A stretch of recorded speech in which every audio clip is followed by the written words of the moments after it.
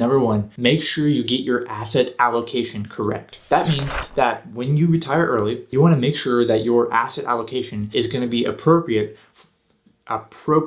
for you while you are retired versus when you are on the path to financial independence, when you are on the path to early retirement. The asset allocation while you're accumulating might be different than what you should have once you retire early, and that's for you to decide. But just make sure you have that right before you retire early. Along those same lines of asset allocation, number two is your asset location. You might want certain investments to be in a taxable account. You might want another certain investment to be in your Roth account, and then you might want another one to be in your traditional account. So you have to balance within these accounts what kind of investments would be the most advantageous for you to have in each of those accounts, in your traditional, your Roth, your taxable. And thankfully, your asset location can be fixed within a year or two. Now, while this video is things that you should do before you retire, there are some things that personally in my life that I wish I did before I retired, and more on that at the end of this video. Number three on this list, before you retire, you should definitely calculate your net worth. Maybe you're tracking it now, but maybe you're kind of loosely tracking it. I think that you should maybe consider taking the time and getting a little bit more detailed on calculating your net worth to see, are you really ready for this? Are you going to be ready for this in the next year or two when you plan on retiring early? So calculating your net worth can definitely help you out, and it can give you a baseline number for your planning for these next few years. Perhaps more important than ever is for you to have a pretty good emergency fund going into early retirement. And you want to make sure that you have that set up because it's going to make you feel a lot more secure. Even if it's not the most optimal way to,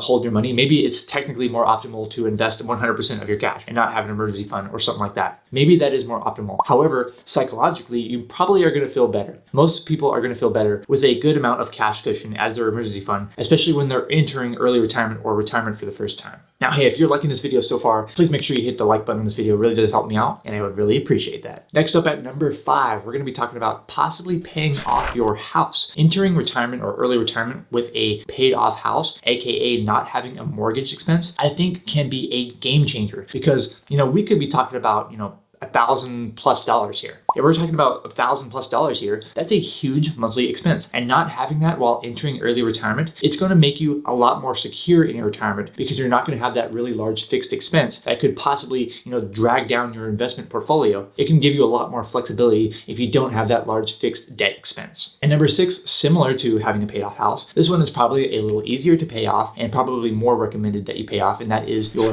vehicles. If you have your car paid off, again, that is another large fixed monthly expense that you will not have. And kind of a side note to that, possibly having a newer car that is paid off might be more advantageous for you entering retirement because you're less likely to have major expenses within the next few years. And that's something that you probably don't want to have in your first few years of early retirement. You don't want to have major unexpected expenses. And if you have an older car that's been reliable up to this point, the likeliness of it having a major expense is going to be higher the older it is. All right, it's not always going to happen, but it's more likely to happen with an older car than it is a newer car. So consider having a paid off car, and if you have a really old car, consider having a slightly newer car paid off once you enter early retirement or regular retirement. Next up at number 7, we're jumping back to the house. Now, if you are a homeowner entering early retirement or regular retirement, possibly what you might want to consider is taking care of some CapEx expense. So this stands for capital expenditures. So capital expenditures are just very large expenses that are going to come up for your home.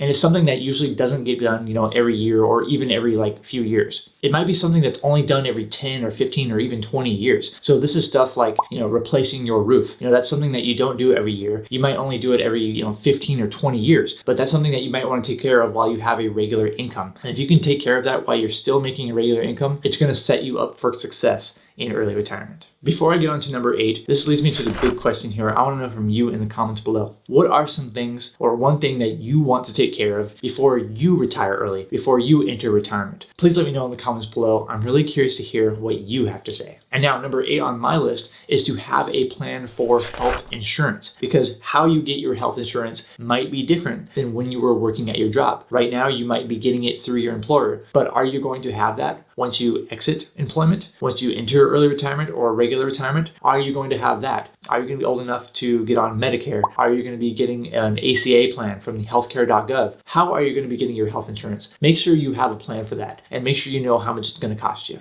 And then at number 9, make sure that you have a retirement budget, because your retirement budget is probably going to be different than what your current budget is. You might have a lifestyle and work expenses and things like that that are much different than what it's going to look like once you retire, especially if when you do retire, you're going to make a drastic change, such as you're going to be moving maybe to a smaller house or to a new area or something like that. If you're going to be making a big change, make sure you have a retirement budget that is going to reflect that change. Make sure you have a retirement budget that is going to be slightly different than what your current budget is, because your lifestyle and what you spend money on is going to be different in post-retirement versus pre-retirement. And similar to that, at number 10, make sure you have a retirement tax strategy. How you strategically reduce your taxable income now while you're working is probably going to be different than how you strategically reduce your taxable income while you are retired. Your tax strategy is probably going to need to change, and it's probably best that you have one in mind before you enter retirement. How are you going to keep your tax liability lower and within reason for your retirement budget? Make sure you have a plan for that. And while I'm thankful enough to have taken care of a lot of these on my own before I retired, there are some things that I wish I would have done before I retired early. And if you want to know what those things are, I have a video for you. And that video is going to pop up right on the screen